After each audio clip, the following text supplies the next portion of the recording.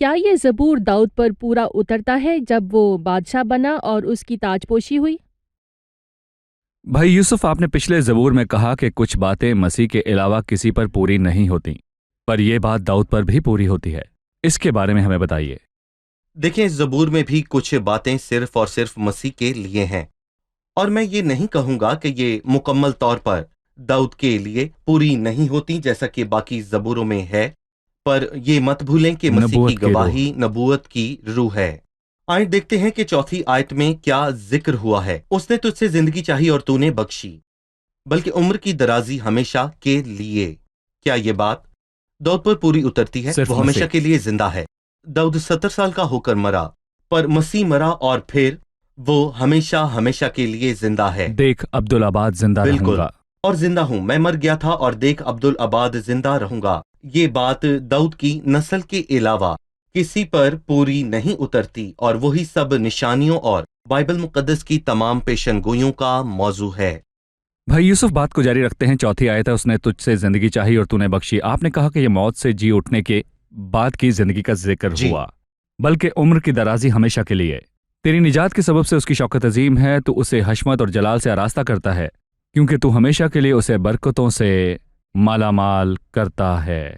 کیونکہ تو ہمیشہ کے لیے اسے برکتوں سے مالا مال کرتا ہے، اس کا مطلب بتائیے۔ 5ویں آیت، تیری نجات کے سبب سے اس کی شوکت عظیم ہے، تو اسے حشمت اور جلال سے آراستہ کرتا ہے۔ ہم وہ شرمناک لہجہ نہیں بھولے جب انہوں نے مسیح کے کپڑوں کو آپس میں بانٹا، حالانکہ وہ سادہ سا کپڑا تھا، اور میں کہوں گا کہ مسیح نے دنیا کی رنگینیوں میں دلچسپی نہیں لی، پر میں یہاں کہوں گا کہ انہوں نے وہ سادہ سا کپڑا بھی آپس میں بانٹا اور اس کے کپڑے اتارے اور اس کی بے عزتی کی، اور میں کہوں گا کہ خدا نے اس کا جواب پھر کیسے دیا، تو اسے حشمت اور جلال سے آراستہ کرتا ہے۔ اس سے ہمیں عبرانیوں 2 باب کا حوالہ یاد آتا ہے، جس میں واضح لکھا ہے کہ تو نے اس پر جلال اور عزت کا تاج رکھا ہے۔ جلال اور عزت کا تاج اسے پہنایا گیا، اور عبرانیوں میں جلال اور عزت کی بات کی گئی ہے۔ جلال اور عزت کے کپڑے، یعنی کہ وہ سردار کاہن ہے اور اسے جلال اور عزت کے کپڑے پہنائے گئے، تو اسے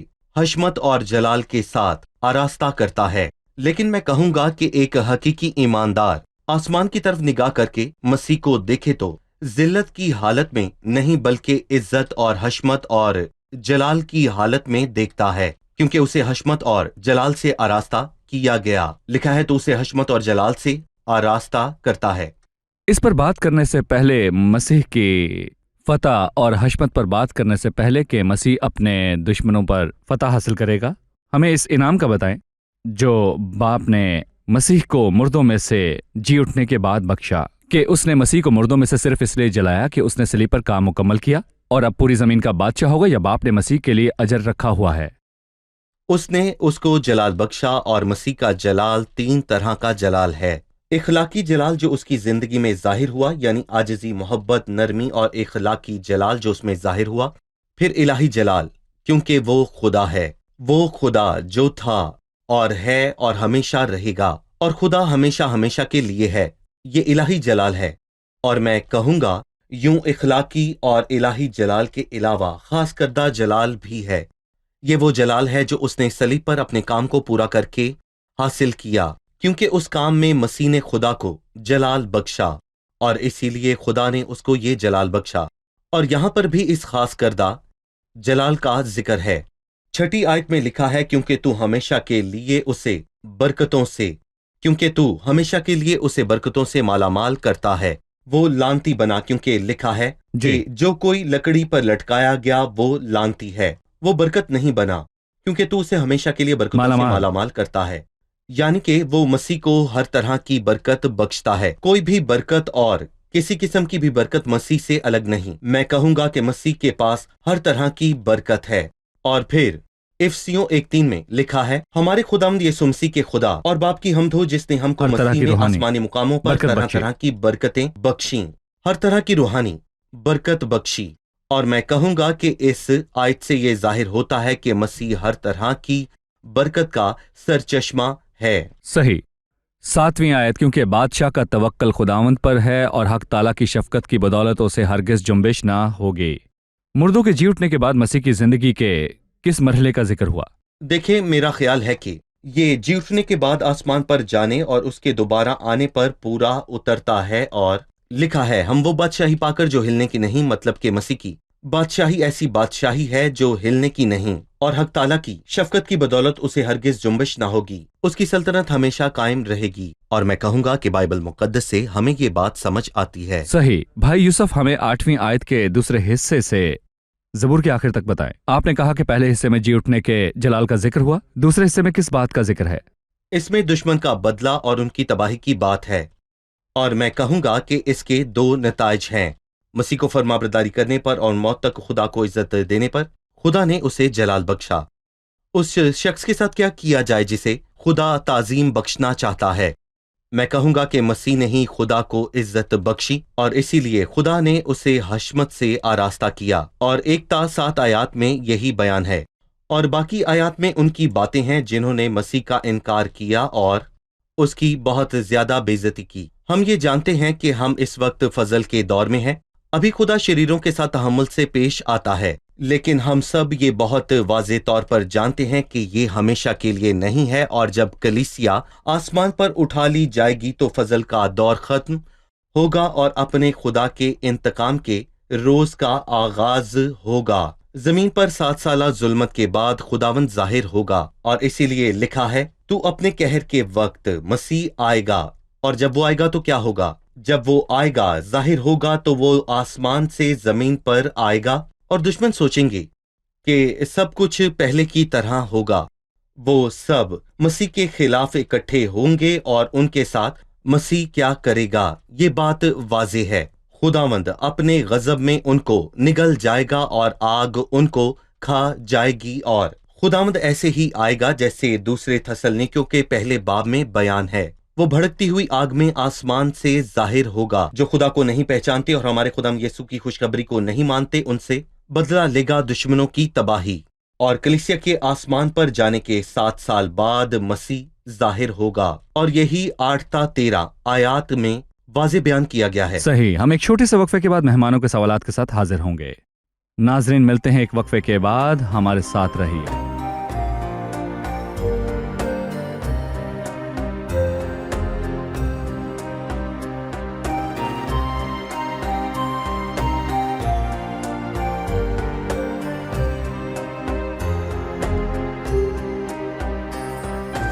خوش آمدید، آئیے چلتے ہیں مہمانوں کی جانب اور جانتے ہیں ان کا سوال۔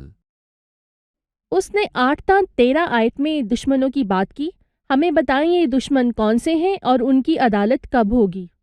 یہ کون سے دشمن ہیں بھائی یوسف؟ مسیح کے نام کو سارا جلال ملے تو کیا لوگوں نے مسیح سے محبت رکھی تھی؟ کیا انہوں نے مسیح کو عزیز جانا یا کہ نہیں؟ دوسری طرح کہوں تو لوکا کے 19ویں باب کی 27ویں آیت میں ہم دیکھتے ہیں کہ یہاں لکھا ہے کہ وہ پھر سے آ کر بادشاہی کرے گا، مگر میرے ان دشمنوں کو جنہوں نے نہ چاہا تھا کہ بادشاہی کروں، یہاں لا کر جنہوں نے مسیح کی بادشاہی کا انکار کیا۔ ان شریر لوگوں نے زبور 12 میں کہا ہمارے ہونٹ ہمارے ہی ہیں۔ وہ نہیں چاہتے کہ ان کا کوئی خداوند ہو، اس لیے انہوں نے مسیح کی خداوندی اور اس کی بادشاہی کا انکار کیا۔ اور میں کہوں گا کہ ان لوگوں کے انجام کے بارے میں آپ کی کیا رائے ہے؟ لکھا ہے کہ مگر میرے ان دشمنوں کو جنہوں نے نہ چاہا کہ میں ان پر بادشاہی کروں، یہاں لا کر میرے سامنے قتل کرو۔ اور ایسا ہی ہم نے ہر مجدون کی جنگ میں واضح دیکھا۔ ہر مجدون عبرانی لفظ ہے، اس کے اردو میں معنی ہے قربانی کا پہاڑ، یعنی کہ خداوند ان سب کو جنہوں نے مسیح کا انکار کیا قربانی کے پہاڑ پر اکٹھا کرے گا اور سب کو ہلاک کرے گا، تاکہ اس کی بادشاہی میں داخل ہونے والے راست باز ہوں جنہوں نے مسیح کو اپنی زندگی پر سلطنت کرنے دی۔ چنانچہ ان سب کی عدالت ہوگی جو مسیح کا انکار کریں گے جب وہ دوسری بار جلال میں ظاہر ہوگا۔ صحیح، شاید ہمارے کسی ناظرین کا یہ سوال ہو کہ مسیح تو سلامتی اور نجات لے کر آیا اور صلیب پر اپنا کام پورا کرنے کے بعد اس نے ہر ایک کے لیے رحم کا دروازہ کھولا، صحیح۔ اس کے بعد آپ مسیح کے بدلہ لینے والے کی بات کیسے کر رہے ہیں کہ وہ لوگوں کو قتل کرے گا اور جو اس کے دشمن ہوں ان کو ہلاک کرے گا؟ کیا کہیں گے؟ کچھ نہیں ہو سکتا، کچھ بھی نہیں۔ جب اس نے توبہ اور نجات کے دروازے کھولے تو نجات سے نفرت کرنے والوں سے کیا کیا جائے؟ کیونکہ جو کلام فرشتوں کی معرفت فرمایا گیا تھا جب وہ قائم رہا، یہ بائبل مقدس کی بات ہے، تو ہر قصور اور ہر نافرمانی کا ٹھیک ٹھیک بدلہ ملا۔ تو اتنی بڑی نجات سے غافل رہ کر ہم کیوں کر بچ سکتے ہیں؟ جیسا میں نے پہلے کہا کہ مسیح کسی کو رد نہیں کرتا، پر لوگ اسے رد کرتے ہیں، اور جتنوں نے اسے رد کیا یہ نہیں ہے ٹیک اٹ اور لیو اٹ۔ یہ ایسا نہیں ہے کہ مسیح کو قبول کیا تو ٹھیک ہے، نہیں کیا تو بھی ٹھیک ہے، وہ ایسا نہیں کہے گا۔ یہ صرف ایک بھرم ہے، ایک خواب ہے۔ نہیں نہیں نہیں، مسیح سب شریروں کو ہلاک کرے گا، اس نے انہیں موقع دیا ہے، اس نے ان کے لیے دروازہ کھول رکھا ہے۔ اس لیے ہم اونچی آواز سے پکارتے ہیں اور ہم چلا چلا کر کہتے ہیں خدا سے ملاپ کرو۔ ہم چلا چلا کر کہتے ہیں کہ خدا سے ملاپ کرو، خدا سے رفاقت میں قائم رہو، اس سے پہلے کہ دروازہ بند ہو جائے۔ اگر دروازہ بند ہو گیا تو اس کا الزام آپ پر ہی آئے گا۔ صحیح، مجھے اس کی وضاحت فرما دیجئے، کیا ایسی کوئی عدالت ہے کہ خدا ان سب کو اکٹھا کرے گا جنہوں نے اس کا انکار کیا؟ زندہ اور مردہ سب کو ایک دن پر یا جی اٹھنے کا دن کہتے ہیں، ان کی عدالت ہوگی، وہ کیا کرے گا؟ یہ بات پرانے عہد نامے میں بہت اچھی طرح سمجھ آتی ہے، اس سے پہلے کہ مسیح نے ہمیں مکمل روشنی بخشی۔ پرانے عہد نامے میں یہودیوں کا عدالت کے دن پر ایمان ہے، اور یہ سچ ہے کہ عدالت کا دن موجود ہے، پر نئے عہد نامے میں اس کی زیادہ تفصیل ملتی ہے۔ اس لیے نئے عہد نامے کی روشنی میں ہم جانتے ہیں کہ عدالتیں دو ہیں، ایک عدالت نہیں ہے، اور وہ زندوں اور مردوں کی عدالت کرے گا۔ اور پطرس رسول نے اپنے پہلے خط کے 4 باب میں اس کی بات کی کہ جو زندوں اور مردوں کا انصاف کرنے کو تیار ہے، مسیح آ کر زندوں کی عدالت کرے گا، وہ آسمان سے آ کر زندوں کی عدالت کرنے والا ہے، اور باقی مردے قبر میں ہی رہیں گے جب تک کہ 1000 سال پورے نہ ہو جائیں۔ مسیح کی 1000 سالہ بادشاہت کے بعد مکاشفہ 20 میں لکھا ہے کہ 1000 سالوں کے بعد پھر میں نے ایک بڑے سفید تخت کو دیکھا، پھر میں نے سب مردوں کو دیکھا۔ تو زندوں کی عدالت 1000 سالہ بادشاہت سے پہلے ہوگی، اور مردوں کی عدالت 1000 سالہ بادشاہت کے بعد ہوگی، اور جو اس عدالت میں کھڑے ہوں گے وہ پھر کھڑے نہیں ہوں گے، کیونکہ اس عدالت میں کوئی اپیل نہیں ہوگی۔ صحیح، عدالت کے بارے میں 11ویں آیت میں لکھا ہے، کیونکہ انہوں نے تجھ سے بدی کرنا چاہا، انہوں نے ایسا منصوبہ باندھا جسے وہ پورا نہیں کر سکتے۔ یہی وجہ کافی ہے کہ مسیح ان کی عدالت کرے گا جو اس کا انکار کرتے ہیں۔ یہاں لکھا ہے انہوں نے تجھ سے بدی کرنا چاہا۔ بھائی ایاد، میرا خیال ہے کہ ہمیں اس کا حوالہ مکاشفہ کے 19ویں باب میں ملتا ہے۔ لکھا ہے، پھر میں نے اس حیوان اور زمین کے بادشاہوں اور ان کی فوجوں کو اس گھوڑے کے سوار اور اس کی فوج سے جنگ کرنے کے لیے اکٹھے دیکھا، یعنی کہ وہ مسیح سے جنگ کرنے کے لیے اکٹھے ہوں گے۔ صحیح، وہ سوچیں گے کہ وہ اپنے جدید ہتھیاروں، لیزر اور خلائی میزائل کی مدد سے مسیح کو ہرا دیں گے اور اس کو شکست دے دیں گے، جیسا انہوں نے پہلے کیا، اسے مصلوب کیا، اسے قتل کیا۔ وہ سوچ رہے ہیں پھر ایسا کریں گے؟ نہیں، پہلی بار وہ قربان ہونے کو آیا تاکہ ہمارا کفارہ دے، لیکن دوسری بار وہ اپنے دشمنوں کو ختم کرنے آئے گا۔ لکھا ہے، وہ حیوان اور اس کے ساتھ وہ جھوٹا نبی پکڑا گیا، اس نے شریروں کو پکڑا، اور باقی اس گھڑ سوار کی تلوار سے جو اس کے منہ سے نکلتی تھی قتل کیے گئے، اور سب پرندے ان کے گوشت سے سیر ہوں گے۔ مطلب یہ کہ انہوں نے ایسا منصوبہ باندھا ہے جسے وہ پورا نہیں کر سکتے۔ خداوند سے لڑنا آپ کا بھرم ہے۔ صحیح، 13ویں آیت ہے، اے خداوند تو اپنی ہی قوت میں سر بلند ہو، اور ہم گا کر تیری قدرت کی ستائش کریں گے۔ یہ بھی گیت ہے۔ زبور کا آغاز گیت سے ہوا، اے خداوند تیری قوت سے بادشاہ خوش ہوگا، اور گیت پر ختم کیا۔ جی اٹھنے اور بادشاہ کی فتح حاصل کرنے کے متعلق کیا بیان ہے؟ دیکھیں، ایماندار کی زندگی گیت گانے کی زندگی ہے۔ ان کے منہ میں گیت کس نے ڈالے؟ زبور 40 پڑھیں تو اس میں یہ خوبصورت الفاظ لکھے ہیں، اس نے ہمارے خداوند کی ستائش کا نیا گیت میرے منہ میں ڈالا، وہی جس نے ہمارے منہ میں گیت ڈالے۔ اور زبور 22 کے مطالعے سے ہم سیکھیں گے کہ میرے معنی مسیح سے ہیں، اور یہ الفاظ بہت سے زبوروں میں دہرائے جاتے ہیں۔ میر مانی مطلب سردار، بالکل ویسے ہی جیسے کھلاڑیوں اور گانے والوں کا ایک سردار ہوتا ہے، اور جیسے آرکیسٹرا کا ایک ماسٹر ہوتا ہے مسیح۔ اور میں کہوں گا کہ وہی ہمارے تمام گیتوں کی دھن بناتا ہے۔ شکریہ بھائی یوسف، خداوند آپ کو خدا برکت آپ کو دے۔ چلیے برکت دے۔ مہمانوں سے ان کی رائے جانتے ہیں۔ جی، زبور 21 کے مطالعہ سے آپ نے کیا سیکھا؟ بائبل مقدس میں شریروں کا انجام واضح ہے، یعنی ابدی ہلاکت۔ میں ان سے کہنا چاہتی ہوں جو خداوند یسوع سے دور ہیں اور بدی میں زندگی گزار رہے ہیں کہ توبہ کریں اور خود کو اس ہلاکت سے بچائیں۔ صحیح۔ مسیحی خدا کی سب برکتوں کا منبع ہے اور ہمیں یہ سب برکات اسی کے وسیلے سے ملی ہیں کہ اس نے صلیب پر کام مکمل کیا اور ہمیں یسوع مسیح کے وسیلے آسمانی مقاموں میں روحانی برکتیں ملیں۔ صحیح۔ میں نے سیکھا کہ فضل کے دور کا ایک مقررہ وقت ہے، کاش کہ سب بیدار ہوں۔ ایک آیت ہے، تو اتنی بڑی نجات سے غافل رہ کر ہم کیوں کر بچ سکتے ہیں؟ شکریہ، خداوند آپ کو برکت دے۔ شکریہ بھائی یوسف، خداوند آپ کے ساتھ ہو۔ اگلے پروگرام میں ملیں گے۔ شکریہ۔ عزیز ناظرین، مسیح صلیبی جنگ میں فاتح رہا۔ وہ مردوں میں سے جی اٹھا اور جلال میں آسمان پر چڑھا، اور اس کے سر پر ایک تاج ہے، جیسے یہاں بیان ہے، اور خالص سونے کا تاج اس کے سر پر رکھتا ہے۔ سو باپ نے اس کو مردوں میں سے جلایا اور اس کو یہ جلال بخشا، اور اس کو سب چیزوں کا سردار بنا کر کلیسیا کو دے دیا۔ اس کا بدن اس کی معموری، جو ہر طرح سے سب کو معمور کرنے والا ہے۔ لیکن وہ دن آنے کو ہے جب وہ آسمان سے ظاہر ہو کر بادلوں پر سوار ہو کر آئے گا، اور اس کے سر پر کئی تاج ہوں گے، خالص سونے کے۔ اس کے علاوہ بھی اور کئی تاج ہوں گے۔ جس کے سر پر کانٹوں کا تاج رکھا تھا، اب اس کے سر پر حشمت اور جلال کا تاج ہوگا۔ وہ بہت جلد آ کر اپنے دشمنوں کو ختم کر کے اپنی بادشاہی قائم کرے گا۔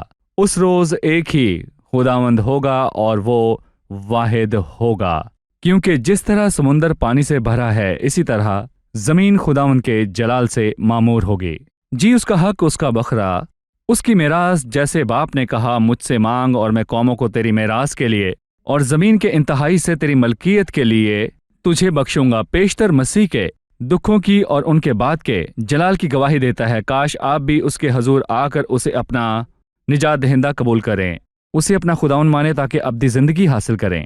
آپ اس کا انکار کر کے ان میں شامل ہوں گے جنہوں نے اسے رد کیا اور پھر آخر میں بہت مشکلیں اٹھائیں۔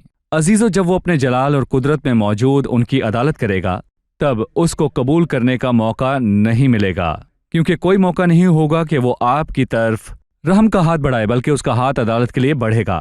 سو مسیح کو شخصی نجات دہندہ قبول کریں۔ اگلے پروگرام میں آپ سے پھر ملاقات ہوگی۔ خداوند آپ کو برکت دے۔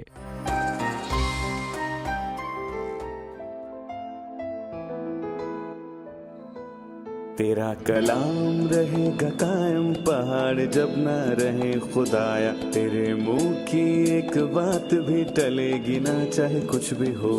تیری مان دیے ہے زندہ، سونے سے بھی قیمتی، میرا دل یہ دے گواہی ہے، یہ کتاب عظیم نازل کرے اپنا کلام، شکستہ دلوں کو سکون ملے، تاریکی دور ہو میری راہیں روشن کر، دل اپنا کلام کثرت سے اے خدا بدل دے، رہائی دے کثرت سے پھل ملاؤ۔ کلام رہے گا قائم، پہاڑ جب نہ رہے خدایا، تیرے منہ کی ایک بات بھی ٹلے گی نہ، چاہے کچھ